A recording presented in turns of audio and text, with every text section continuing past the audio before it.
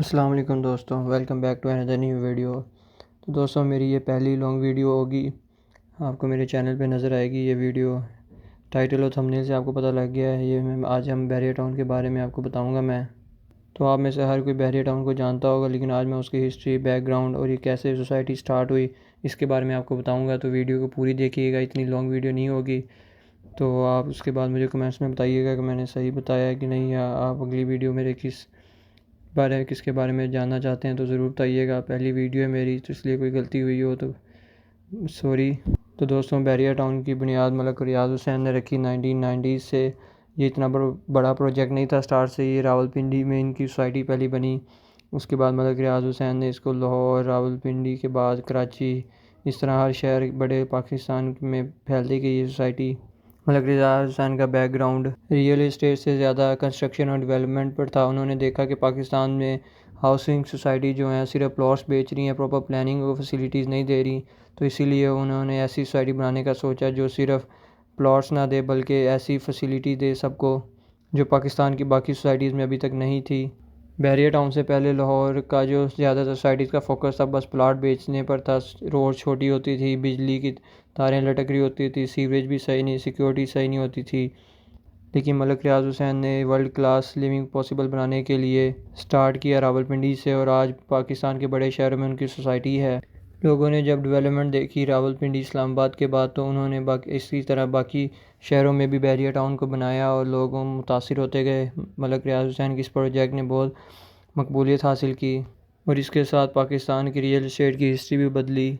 उन्होंने जो concept introduce करवाया था वो आज इस कदर बेहतरीन बन गया है कि पाकिस्तान के टॉप बिजनेसमैन में उनका शुमार होता है, और आज पाकिस्तान की टॉप सोसाइटीज़ में इसका नाम शुमार होता है। बाकी सोसाइटीज़ इसका मुकाबला करने चाहती हैं लेकिन वो कर नहीं पाती हैं क्योंकि एक ब्रांड बन चुका है अब।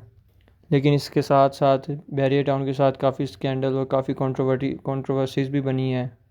इस सोसाइटीज़ को बने बहुत साल हो चुके हैं। इतनी पुरानी सोसाइटी और इतनी तरक्की कर ले, इसके अलावा और कोई सोसाइटी ऐसी नाम में नहीं आती है। लाहौर का रियल इस्टेट बहरिया टाउन के बाद ही सही बदला है। इससे पहले सोसाइटी इतनी तरक्की नहीं करती थी और बस प्लॉट्स बेचती थी। पाकिस्तान की बात है और लाहौर इस कदर प्यारा और ख़ूबसूरत, बहरिया टाउन सोसाइटी तो है ही, लेकिन इसके अलावा लाहौर इतना खूबसूरत है कि आपको क्या ही बताऊँ मैं। मलक रियाज हुसैन ने ये सोचा था कि मैं एक सोसाइटी बनाता हूँ और लोगों को फैसिलिटेट करता हूँ। बाकी सोसाइटीज़ की ये सोच नहीं थी, इसीलिए वो आज कामयाब नहीं है। बहरिया टाउन की बात की जाए तो इसमें बहुत ही प्यारी मस्जिद और आईफल टावर जैसी चीज़ें भी हैं। बहुत प्यारी पार्क्स और रोड भी बने हुए हैं। इस सोसाइटी का नाम बहरिया टाउन क्यों रखा गया है? इसकी वजह यह है कि बहरिया पाकिस्तान नेवी से इंस्पायर था, जो डिसिप्लिन, प्लानिंग और ताकत की सिंबल है।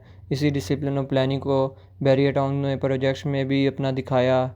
इस सोसाइटी के साथ अब ये सोच बन चुकी है कि जिसका बहरिया टाउन में घर होगा वो बहुत ही अमीर ही होगा, क्योंकि ये गरीब लोगों से तो नहीं लिया जाती इधर यहाँ जगह। बहरिया टाउन में अगर कोई प्लॉट ना भी ले और ना ही अगर किसी का उधर रिश्तेदार का घर या कोई अपना घर हो, लेकिन लोग फिर भी यहाँ विज़िट करते हैं, देखते हैं सोसाइटी को कि ऐसा क्या है इस सोसाइटी में जो हर कोई इसके बारे में बात करता है और इसको ब्रांड बना के रखा हुआ है। तो गाइस, आज की वीडियो हमारी यहाँ तक की थी। उम्मीद है आपको वीडियो अच्छी लगी होगी। आई नो कि इसमें मैंने बहुत सी कुछ रुका होगा और सही नहीं कुछ बताया होगा, तो आप मुझे करेक्ट कर दीजिएगा कमेंट्स में, क्योंकि मेरी ये पहली वीडियो तो इसीलिए थोड़ा ऐसे हुआ। इंशाल्लाह ऐसा ऐसा वीडियोज़ अच्छी आएंगी और क्वालिटी हर चीज़ की अच्छी होगी, तो आप सपोर्ट कीजिएगा। अगर वीडियो अच्छी लगे तो लाइक कीजिएगा, शेयर कीजिएगा और सब्सक्राइब करें चैनल को।